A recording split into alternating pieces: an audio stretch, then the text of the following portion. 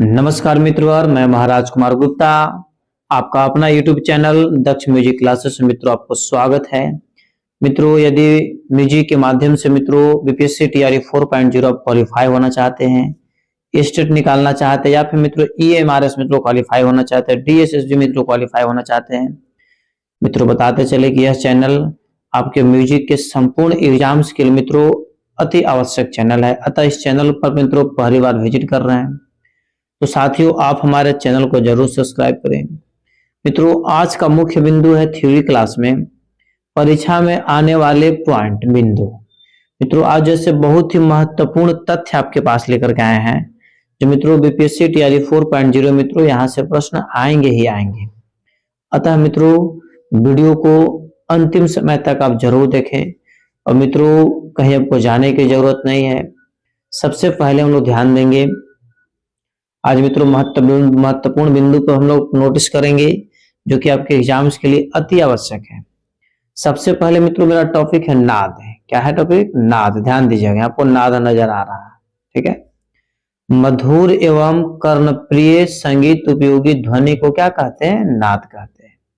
मधुर एवं कर्णप्रिय संगीत उपयोगी ध्वनि को क्या कहते हैं साथियों? तो नाद कहते हैं। नहीं याद रहे कि नहीं रहेगा? मधुर एवं, मेरे साथ बोला कीजिए, मधुर एवं कर्णप्रिय संगीत उपयोगी ध्वनि को क्या कहते हैं? तो नाद कहते हैं। ठीक है मित्रों, आगे ध्यान दीजिएगा। वह मधुर ध्वनि जो गीत में प्रयुक्त की जा सके, वह मधुर ध्वनि जो मित्रों गीत में प्रयुक्त की जा सके तथा एक दूसरे से अलग एवं स्पष्ट पहचाने जा सके उसे श्रुति कहते हैं। नहीं मित्रों, अनदर कुछ ही ऐसे चैनल होंगे जो मित्रों इतना डीपली और डिस्कशन तरीका से मित्रों पढ़ाने की क्षमता रखते हैं।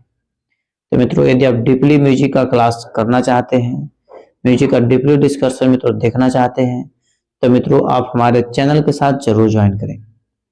मित्रों बताते चलें कि इसके बाद हम लोग सप्तक क्या कहते हैं। सप्तक किसे कहते हैं? क्रमानुसार 7 स्वरों के समूह को सप्तक कहते हैं। मित्रों बहुत ही कठिन परिश्रम के बाद मित्रों इसे एक जगह हम ऑब्जर्व किए हैं, ठीक है। मित्रों पैकेज को तैयार करने में बहुत कठिन परेशानियां झेलना पड़ता है, नहीं तो मित्रों इतना सारा मेहनत करते हैं आप ही लोग के लिए। इसके बाद मित्रों मेरा अलंकार है। नियमित वर्ण समुदाय को क्या कहते हैं? अलंकार कहते हैं, ठीक है। नियमित वर्ण समुदाय को मित्रों क्या कहते हैं? तो अलंकार कहते हैं। मित्रों आपको याद रखना है कि नियमित वर्ण समुदाय को मित्रों हम क्या बोलते हैं? तो अलंकार बोला जाता है। स्वर और वर्ण से विभूषित वह विशिष्ट रचना जो जन चित्त को रंजन कर सके राग कहलाती है। जन मतलब पब्लिक, हम और आप, नहीं तो हम लोग राग किसको बोलेंगे? ध्यान दीजिएगा मित्रों, स्वर और वर्ण, स्वर और वर्ण से विभूषित वह विशिष्ट रचना जो जनचित को मतलब हमको और आपके मन को प्रफुल्लित करते, उसे मित्रों रंजन कर सके, उसी एक मित्रों हम क्या बोलते हैं? राग कहते हैं। साथियों आगे ध्यान दीजिएगा। स्वरों का वह समूह जिससे राग उत्पन्न हो सके उसे थाट कहते हैं। स्वरों का वह समूह जिससे राग उत्पन्न हो सके उसे मित्रों क्या कहते हैं? थाट कहते हैं। मित्रों महत्वपूर्ण बिंदु मित्रों आज जैसे कुल 11 पेज के साथ मित्रों आपके पास आए हैं, अतः बहुत ही महत्वपूर्ण तथ्य है। साथियों आगे ध्यान दीजिएगा और बारीकी से मित्रों आप हमारे साथ बने रहें। मित्रों राग यमन कल्याण थाट का राग है। राग यमन जो है मित्रों किस थाट का राग है? तो कल्याण थाट का राग है। इसके बाद मित्रों अगला बिंदु है राग भैरव। भैरव थाट का आश्रय राग है। राग भैरव जो है भैरव थाट का आश्रय राग है तथा राग भैरव मित्रों प्रातः कालीन संधि प्रकाश राग है। राग भैरव कब गाया? तो प्रातः कालीन मित्रों। और यह कौन सा राग है? तो संधि प्रकाश राग भी मित्रों इससे बोला जाता है। राग देशकर और भोपाली में समान स्वर है, किंतु देशकर उत्तरांग प्रधान होने से भोपाली राग से पृथक अनुभूति हो देता है। ठीक है मित्रों, याद आपको रखना है कि राग देशकर और भोपाली में समान स्वर है, किंतु देशकर उत्तरांग प्रधान होने से भोपाली राग से पृथक अनुभूति देता है। मित्रों आगे ध्यान दीजिएगा। राग बागेश्वरी को कन्हाड़ा के प्रकार में भी कई विद्वान रखते हैं। मतलब राग बागेश्वरी को मित्रों कन्हाड़ा में भी मित्रों कई विद्वानों का मानना है कि कन्हाड़ा के अंतर्गत भी मित्रों आता है। ठीक है, इस प्रकार साथियों अगले पॉइंट पर ध्यान दीजिएगा। मित्रों स्टार्टिंग में बता दिए थे कि आज का क्लास आपके जीवन के लिए, आपके एग्जाम्स के लिए बहुत बेहतरीन है, क्योंकि मित्रों आज हम वैसे टॉपिक का मुख्य बिंदु लाए हैं जो मित्रों आपके एग्जाम्स में 100% टैली करेंगे। तानसेन ध्रुपद की गोबरहाने वाणी के प्रणेता थे। एग्जाम में पूछा हुआ है कि तानसेन जैसे किसका जैसे कलाकार थे, तो ध्रुपद का, उसमें भी किसका, तो गोबरहार वाणी के प्रणेता थे। मित्रों तानसेन को सम्राट अकबर के नवरत्नों में स्थान प्राप्त था। अब आ जाएगा कि तानसेन किसके सम्राट किसके राज दरबार में रहते थे, तो क्या टिक कीजिएगा, अकबर के नवरत्नों में, जैसे बीरबल नवरत्नों में शामिल था, उसी तरीके से मित्रों तानसेन भी संगीत के क्षेत्र में मित्रों शामिल थे। ठीक है मित्रों, छोटा सा बात याद आ गया, याद रखिएगा। अकबर जब तानसेन को अपने दरबार में बुलाने के लिए कहा था, तो तानसेन तो चले गए थे, परंतु तानसेन के जो गुरु हुए स्वामी हरिदास, जब इन्होंने निमंत्रण दिया कि भाई सम्राट आपको बुला रहे हैं, तो स्वामी हरिदास स्पष्ट रूप से कह दिए थे कि शिक्षा खरीदने और बेचने का मूल्य नहीं है, शिक्षा पर कोई कब्जा नहीं कर सकता, मेरा ज्ञान है। यदि सम्राट अकबर को यदि मेरा संगीत सुनना है, जानना है, तो उनको महल छोड़ करके हमारे कुटिया में ही आना पड़ेगा, जिस झोपड़ी में हम रहते हैं वहीं ही आना पड़ेगा। ज्ञान क्यों आपके पास जाएगा? इससे मित्रों यह प्रूफ होता है कि ज्ञान का कितना बड़ा महत्व है। नहीं, उतना बड़ा भारत का सम्राट जो है से स्वामी हरिदास के शरणों में जाकर के उनके ज्ञान को मित्रों अपने कानों का स्पष्ट रूप से मित्रों स्वर को सुना था, और सुनने के बाद उसको जैसे बहुत आनंद अनुभूति हुआ था, इसलिए ज्ञान अर्जित कीजिए। ठीक है मित्रों, ध्यान दीजिएगा। तानसेन की वंश परंपरा में ध्रुपद गायन और वीणा वादन दोनों परंपराएं चलती है। तानसेन की परंपरा में ध्रुपद गायन और वीणा वादन मित्रों दोनों परंपराएं चलती रही। साथियों आगे ध्यान दीजिएगा, कृष्णानंद व्यास कृत राग, कृष्णानंद व्यास कृत राग कल्पद्रुम पुस्तक में तानसेन की ध्रुपद रचनाओं का संग्रह है। नहीं, कृष्णानंद व्यास कृत राग कल्पद्रुम पुस्तक में तानसेन की ध्रुपद रचनाओं की संग्रह है। साथियों आगे ध्यान दीजिएगा, तानसेन समारोह प्रतिवर्ष ग्वालियर में आयोजित किया जाता है। मित्रों बहुत बार एग्जाम में पूछा हुआ कि तानसेन समारोह मित्रों प्रतिवर्ष कहाँ आयोजन किया जाता है, तो ग्वालियर में मित्रों आयोजन किया जाता है। नहीं याद रहेगा, याद रखना पड़ेगा, अन्यथा एग्जाम आपको याद दिला देगा।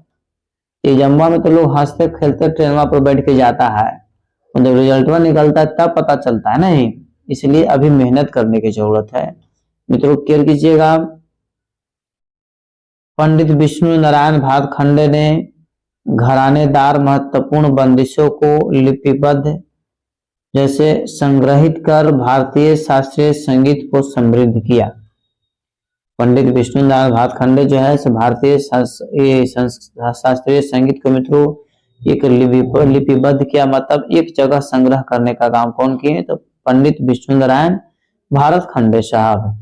मित्रों संगीत के क्षेत्र में इनका बहुत बड़ा योगदान है।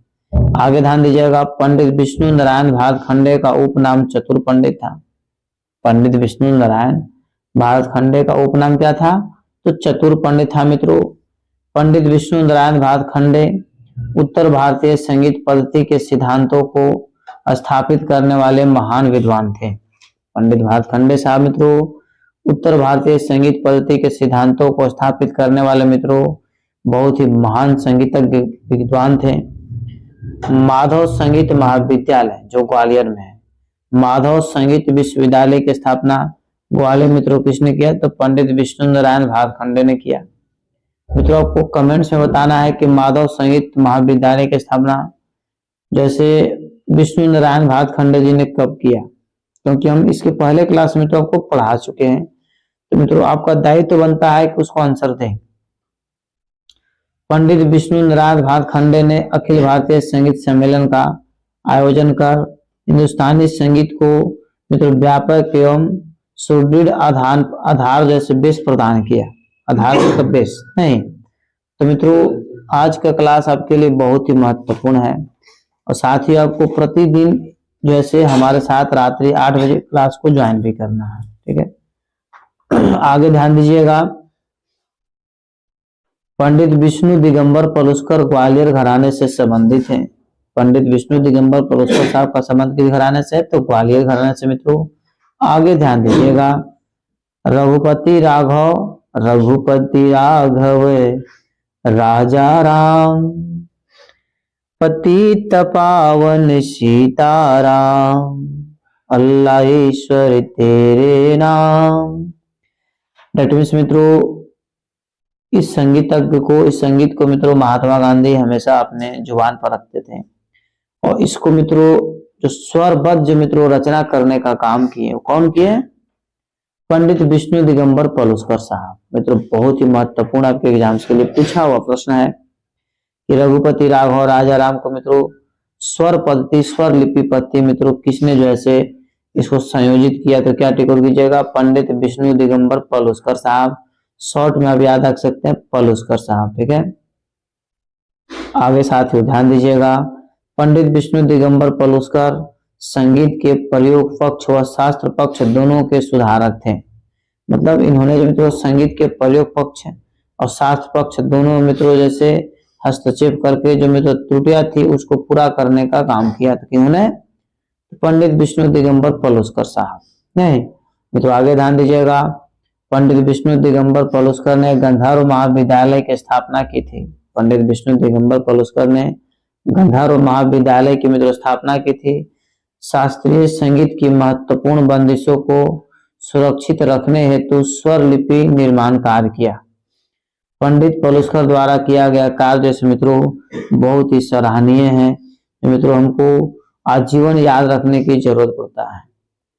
ठीक है, बंदिश को मित्रों सुरक्षित रखने का काम जैसे इन्हीं का मुख्य काम था। इसके बाद साथियों आगे ध्यान दीजिएगा। किशोरी अमोनकर जयपुर घराने की प्रसिद्ध ख्याल गायिका है। किशोरी अमोनकर का संबंध किस घराने से है? तो जयपुर घराने से। जैसे गायकी का किस गायकी के लिए प्रसिद्ध है? तो ख्याल गायकी के लिए मित्रों क्या फेमस है? ख्याल गायकी के लिए। किशोरी अमोनकर जयपुर घराने के प्रसिद्ध ख्याल गायकी है मित्रों। इसके बाद आगे याद ध्यान दीजिएगा। किशोरी अमोनकर ने जयपुर घराने की ख्याल गायकी में मित्रों प्रयोग धर्मिता का समावेश किया। अब बताइए स्टार्टिंग में शून्य लेवल में थे परंतु जब इन्होंने ज्ञान अर्जित किया तो मित्रों इनके अंदर इतना अच्छा ज्ञान आ गया कि इन्होंने जैसे किशोरी अमोनकर साहब जैसे ख्याल गायकी मित्रों इन्होंने कुछ अपने तत्व को ऐड भी किया।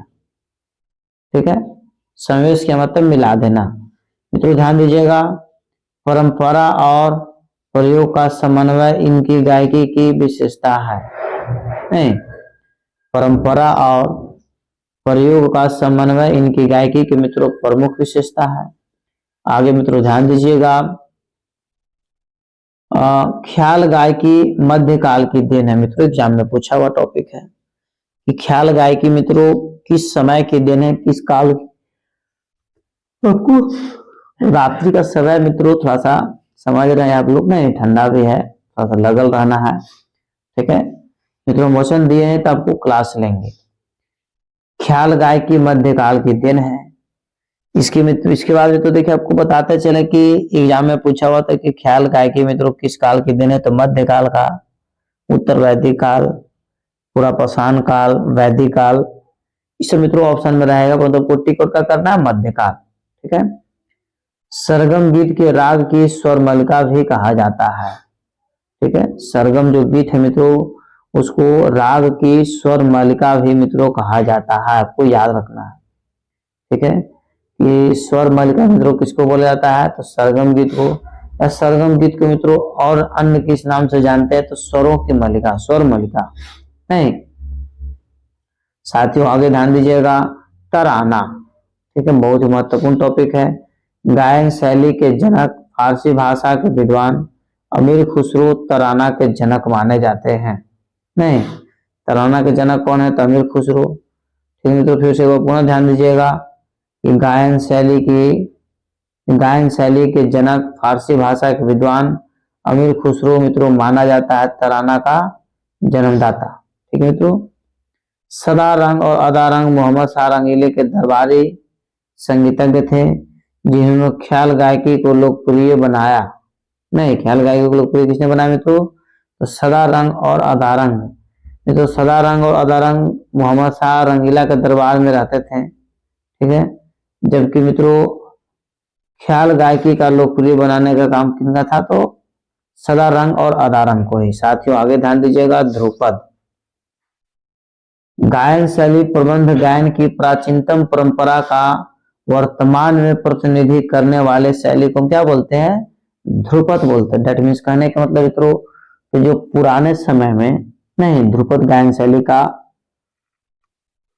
प्रबंध गायन की जो प्राचीन परंपरा था उसको मित्रों वर्तमान प्रतिनिधित्व करने वाले शैली को हम क्या बोलते हैं? ध्रुपद शैली कहते हैं। साथियों आगे ध्यान दीजिएगा। संगीत की बंदिशों के स्वरूप को मित्रों स्वर, ताल, मात्रा, विभाग व शब्द के लेखन प्रणाली के संकेतों द्वारा मित्रों लिपिबद्ध करना ही स्वर लिपि कहलाता है। नहीं, संगीत की बंदिशों के स्वरूप को मित्रों लेखन प्रणाली के संकेतों द्वारा लिपिबद्ध करना ही स्वर लिपि कहलाता है। मित्रों ध्यान दीजिएगा। इसके अंतर्गत कौन कौन आ जाएगा? स्वर आ जाएगा, ताल आ जाएगा, मात्रा आ जाएगा, विभाग आ जाएगा और शब्द आ जाएगा। मित्रों आगे ध्यान दीजिएगा। स्वरलिपि के द्वारा किसी भी देश के संगीत को चिर अस्थायी प्रदान किया जा सकता है। स्वरलिपि के द्वारा मित्रों किसी भी देश के संगीत को चिर अस्थायी में तो प्रदान किया जा सकता है। मित्रों आगे क्लियर करिएगा। रविन्द्रनाथ ठाकुर ने आकार मात्रिक स्वरलिपि पद्धति का मित्रों आविष्कार किया। रविन्द्रनाथ ठाकुर ने आकार मात्रिक स्वरलिपि पद्धति का मित्रों आविष्कार किया। साथियों इसके बाद अगले पेज पर ध्यान दीजिएगा। मित्रों यह आज का अंतिम पेज भी है, नहीं इसलिए मित्रों आपको बारीकी से हमारे साथ जुड़े हुए रहने की जरूरत है। साथियों ध्यान दीजिएगा। नाद, नहीं मित्रों क्लियर कीजिएगा। संगीत उपयोगी मधुर ध्वनि को क्या कहते हैं? तो नाद कहते हैं। संगीत उपयोगी मधुर ध्वनि को क्या मित्रों कहते हैं? तो नाद कहते हैं। इसके बाद देखिएगा श्रुति, वह ध्वनि जो एक दूसरे से भिन्न भिन्न स्पष्ट सुनाई दे उसे मित्रों श्रुति कहते हैं। वह ध्वनि जो एक दूसरे से मित्रों भिन्न भिन्न तथा स्पष्ट सुनाई दे उसे मित्रों श्रुति कहते हैं। इसके बाद मेरा है स्वर, नियमित व स्थिर आंदोलन संख्या वाले ध्वनि को मित्रों आपको सप्तक कहते हैं। ठीक है, सॉरी ध्वनि कहते हैं। नियमित व स्थिर आंदोलन संख्या को मित्रों क्या कहते हैं? ध्वनि कहते हैं। यहाँ पर गलती बुलाया गया था, आपको याद रखना है कि नियमित व स्थिर आंदोलन संख्या वाली को मित्रों क्या बोलते हैं? ध्वनि कहते हैं। ठीक है साथियों, ध्वनि को स्वर कहते हैं। नहीं, नियमित व स्थिर आंदोलन संख्या वाले ध्वनि का कहते हैं तो स्वर कहते हैं। इसके बाद में तो सप्तक, 7 स्वरों के समूह को क्या कहते हैं? सप्तक कहते हैं। मित्रों आज की क्लास में इसके बारे में डीपली डिस्कशन आपको दिए हैं। इसके बाद मित्रों अलंकार, स्वरों की यह नियमित रचना जो आरोह में नियमित पद लिए हो उसे मित्रों क्या कहते हैं? अलंकार कहते हैं। नहीं, स्वरों की वह नियमित रचना जो मित्रों आरोह से नियमित तालबद्ध मित्रों नियमित पद हो के लिए रेडी हो उसे मित्रों क्या कहते हैं? अलंकार कहते हैं। इसके बाद मित्रों हम लोग ध्यान देंगे राग ध्वनि। नहीं, क्या पढ़ेंगे? राग ध्वनि। मित्रों ध्यान दीजिएगा। राग के बारे में तो ध्वनि की वह विशिष्ट रचना जिसे स्वर और वर्ण से सुंदरता प्राप्त हो। नहीं, ध्वनि की वह विशिष्ट रचना जिसे स्वर और वर्ण से मित्रों सुंदरता प्राप्त हो उसी को हम क्या बोलेंगे? तो राग बोलेंगे। ठीक है। जमजमा, तो याद रखिएगा जमजमा मित्रों उर्दू शब्द आपका है। मित्रों एक ऐसा कण जिसमें तर्जनी व मध्यमा दोनों उंगलियों का प्रयोग होता है। एक ऐसा कण जिसमें तर्जनी व मित्रों मध्यमा दोनों उंगली का प्रयोग होता है उसे मित्रों हम जमजमा कहते हैं। साथियों आगे ध्यान दीजिएगा मिंड पर, ठीक है। किसी एक स्वर को बजाकर तथा उसी स्वर पर से मित्रों 2-3 स्वर और प्रकट कर लिया जाए उसे मित्रों हम क्या कहते हैं, तो मिंड कहते हैं। नहीं, किसी एक स्वर को बजाकर उसी स्वर से 2-3 और मित्रों स्वर प्रकट कर लिया जाता है उसे क्या बोलते हैं, तो मिंड कहते हैं। साथियों ध्यान दीजिएगा गत, नहीं, वाद्य संगीत की स्वरबद्ध व तालबद्ध रचना को तो क्या कहते हैं, तो गत कहते हैं। वाद्य संगीत की स्वरबद्ध व तालबद्ध रचना को मित्रों क्या कहते हैं, तो गत कहते हैं। इसके बाद मित्रों आगे पढ़ेंगे, बहुत ही महत्वपूर्ण प्रश्न है जो कि एग्जाम में मित्रों आ चुके हैं, मसीद खाने गत। नहीं मित्रों ध्यान दीजिएगा, वह गत जो मित्रों विलंबित लय में बजाई जा सके। मसीद खाने गत किसको बोलते हैं, वह गत जिसमें मित्रों समय लगता है विलंबित लय मित्रों बजाई जाए उसको हम मसीद खाने गत कहते हैं। इसके बाद मित्रों रजा खाने गत, वह गत जो द्रुत लय में बजाया जाए, मतलब फटाफट बजाया जाए, समय कम लगता हो, उसको मित्रों हम क्या बोलेंगे, द्रुत रजा खाने गत बोलेंगे। नहीं, मसीद खाने गत मित्रों बहुत अधिक समय लगता है, जबकि रजा खाने गत में तो द्रुत जल्दी जल्दी गाया जाता है, इसलिए इसको जो है मित्रों मसीद रजा खाने गत बोला गया है। साथियों आज का क्लास मित्रों यहीं पर समाप्त किया गया। यदि मित्रों आप स्टेट बीपीएससी ध्यान दीजिएगा, state BPSC DSSB net KVS EMRS या फिर मित्रों किसी भी स्टेट लेवल का या फिर मित्रों सेंट्रल लेवल का मित्रों म्यूजिक सब कोर्स करना चाहते हैं, टीजीटी या पीजीटी, और दुनिया से कोई भी क्वालिफाई है मित्रों, उनके लिए बहुत ही सुनहरा ऑफर है। और ऑफर है मित्रों कि जैसे इस चैनल पर मित्रों दोनों का कोर्स अवेलेबल है, अतः मित्रों आप चैनल को सब्सक्राइब करें, लाइक करें, शेयर करें, कमेंट्स करें, और मित्रों इस वीडियो को अपने अधिक से अधिक स्टडी ग्रुप में मित्रों शेयर कर दे ताकि सभी लोग पढ़ सके और सभी लोग अपने जीवन में निरंतर आगे की ओर बढ़ सके। जिस राज्य से मित्रों आप देख रहे हैं एक बार प्रेम से बोलिए भारत माता की जय।